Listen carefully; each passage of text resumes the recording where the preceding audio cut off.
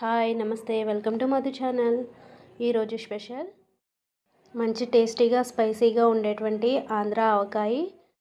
ఏ curry అయినా సరే ముందుగా ఆవకాయ నెయ్యితో స్టార్ట్ చేస్తారు. ఆవకాయ అంటే అంత ఇష్టం మరి. దానితో పాటుగా ఈరోజు స్పెషల్ రెసిపీ ఏంటంటే చూడండి మీరే. ఏంటి స్పెషల్ రెసిపీ అని ఏదో రసం చూపిస్తున్నారు ఏంటో అనుకుంటున్నారా?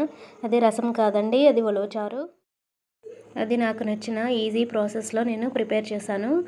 చాలా టేస్టీగా ఉంది. ఉలవచారును తీసుకోవడం వల్ల హెల్త్కి చాలా బెనిఫిట్స్ అయితే ఉన్నాయి. ముఖ్యంగా ఇది కిడ్నీ స్టోన్స్ ఉన్న వాళ్ళైతే ప్రత్యేకంగా దీన్ని తీసుకోవచ్చు.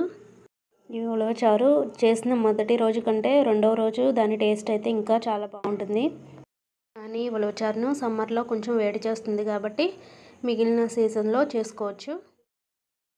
ఈ పూర్తి రెసిపీ మరొక వీడియోలో చూద్దాం.